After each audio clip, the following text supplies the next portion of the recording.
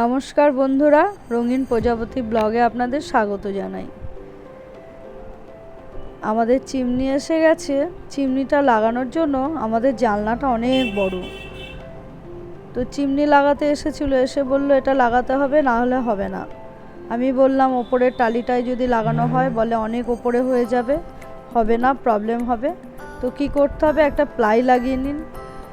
তো আমরা কার্পেন্টারকে পাচ্ছিলাম না, তখন কি করা যাবে? তখন তাড়াতাড়ি করে আমার ছেলে বলল, বাদ দাও কার্পেন্টার, চলো আমি কিনে নিয়ে আসি প্লাই, দিয়ে এসে আমিই লাগাই। আর ঠিক আছে চলো, যেমন কথা তেমনি কাজ। সঙ্গে সঙ্গে চলে গেল বাজারে, ওর বাবা আর ও মিলে মাপ ঝোপ নিয়ে প্লাই নিয়ে এসে একদম সুন্দর মতন কাটিং করে, দেখুন ড্রিল দিয়ে ফুটো করে মাপ করে বসানোর জন্য একদম রেডি করে ফেলছে নিজেরাই।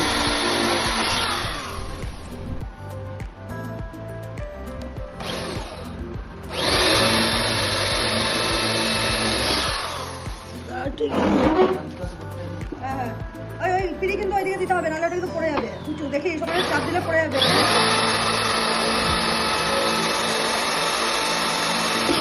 ওটা পিড়ি না, ওটা এদিকে উল্টে না বলছি, শোন এই পিড়িটাতে সুবিধা হচ্ছে। হ্যাঁ, এদিকে সুবিধা হবে।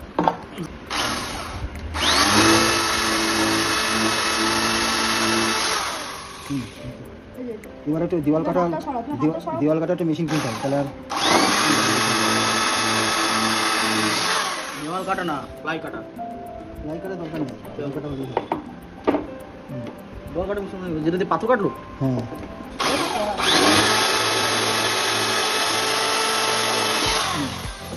ওয়াও, ইঞ্জিনিয়ার সব করে দিয়েছে।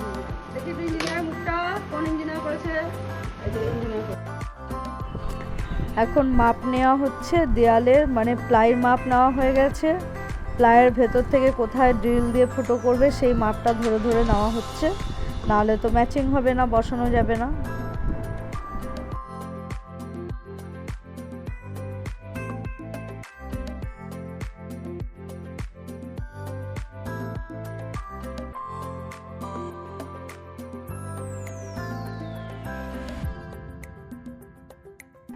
এখন দেয়ালের মাপ নেওয়া হচ্ছে বোর্ডটাকে বসিয়ে।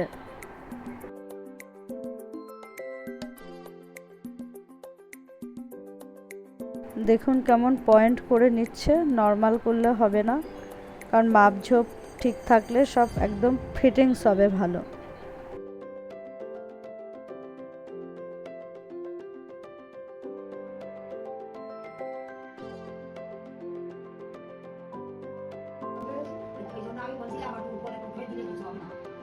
আমিও তো তাই বললাম, ঠিক আছে। ওপরেরটা একদম ওপরেরটা, ওপরে আরে সাইডে সাপোর্ট আরে হবে না, সাইডে সাপোর্ট থাকে তো। কত যে ধুলো ময়লা খাচ্ছে। এবার ধুলো বেরোবে, দাঁড়া। ঢেকে নাও, এবার ধুলো বেরোবে। ওটা নিচে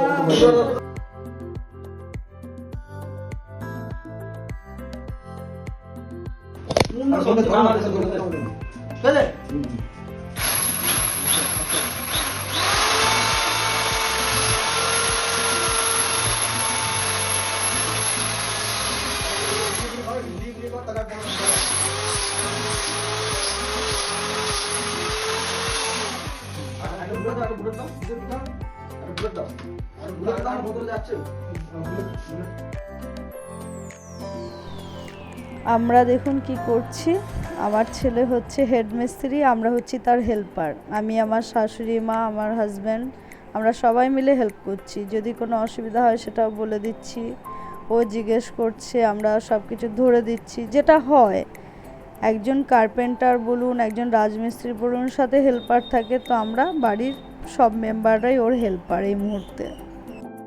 যেমনই হোক, কার্পেন্টার পাওয়া গেল না, তার জন্য আমার ছেলেই করলো, কিন্তু দেখুন টাকাটা কিন্তু বেঁচে গেল। তো এই মুহূর্তে একজন কার্পেন্টারকে ডেকে নিয়ে এলে কাজটা করালে তাকে তো দিতে হতো 150-200 বা 300 টাকা দিতেই হতো। এখন তো জানেন কত মানে দাম, তো সেই টাকাটা কিন্তু আমাদের বেঁচে গেল, আমার ছেলে বাঁচিয়ে দিল। তো এটাই বড় কথা যে বাড়ির কিছু কিছু মেম্বাররা অনেক কাজকর্ম জানে, তাদের উদ্যোগ থাকলে, তাদের একটু সাপোর্ট করলে তারা কিন্তু কাজটা করে দেয়।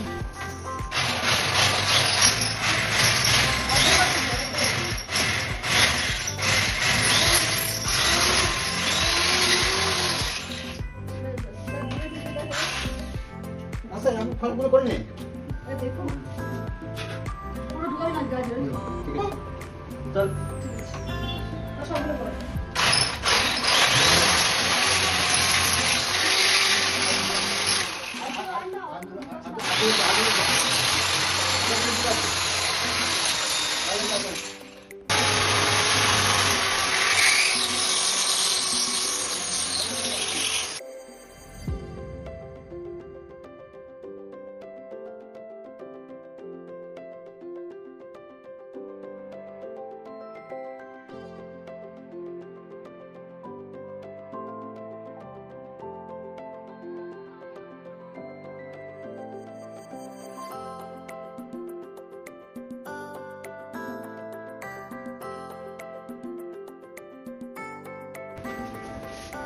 আজকে ডাকলে আসবে লাগাতে, বললো তো আধা ঘন্টা লাগে, 15 মিনিট লাগে।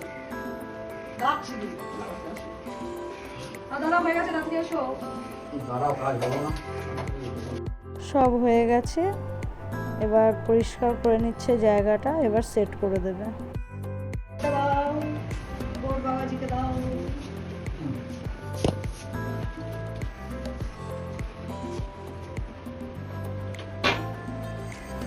এগুলো লাগিয়ে দে।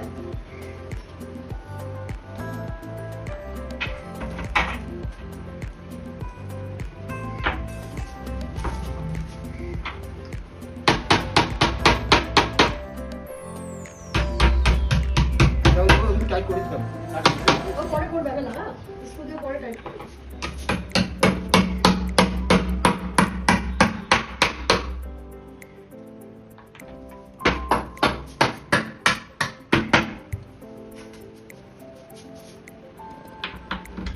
বুঝেছো তো?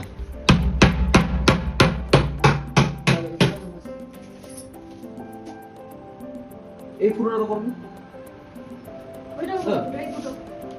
কই এই যে এখানে ফুটোটা নেই এই মা এটা তো বাড়াবো না, এই যে ভর্তি করে দিই। ওখান থেকে কর, কিছু হবে না। হ্যাঁ ওখান থেকে কর। দাঁড়াও দেখতে হবে তোমাকে দেখুন সেট হয়ে গেল পুরো, কত সুন্দরভাবে সেট করে দিয়েছে। আর আমাদের জানলাটা দেখেছেন অনেকটাই বড়। তো অনেক ধন্যবাদ আমার ছেলেকে। ভিডিওটি ভালো লাগলে অবশ্যই লাইক কমেন্ট শেয়ার করবেন। সবাই খুব ভালো থাকবে।